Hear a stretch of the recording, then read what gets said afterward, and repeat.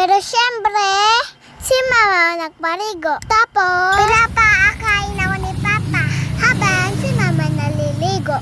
Kasi, mabagal ako kumain. Pasensya na kayo sa house namin. Makalat. Hindi na kasi naglilinis si mama. Busy siya sa marites. Si papa naman, busy sa scatter. Lang mga beshi. Yung napansinin na aming pintuan.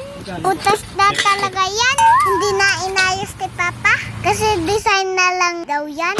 Design ko na daw kumain. Nilisan ko nguya.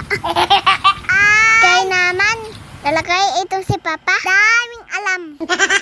Pero hindi naman aram. Tali ng boko. Ay, mali-mali. Marunong pala. Pangit nga lang. Love you, papa. Joke lang yun.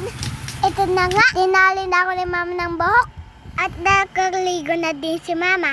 Mabilis lang si mama maligo.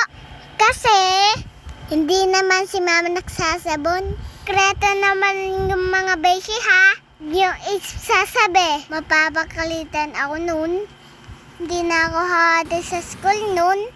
Ang sasabihin nyo, maganda ang sexy si mama para may dagdag ang ban ko. So guys, ready na ako!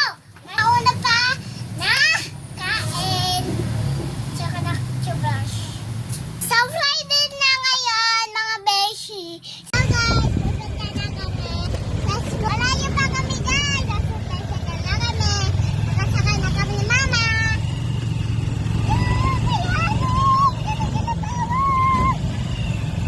Na kami sa school. Dito pa lang may nag-hi sa akin. Kaya nag-hi din ako. At pagpasok ko sa loob. Oh, diba? Maganda ako. Ka naman.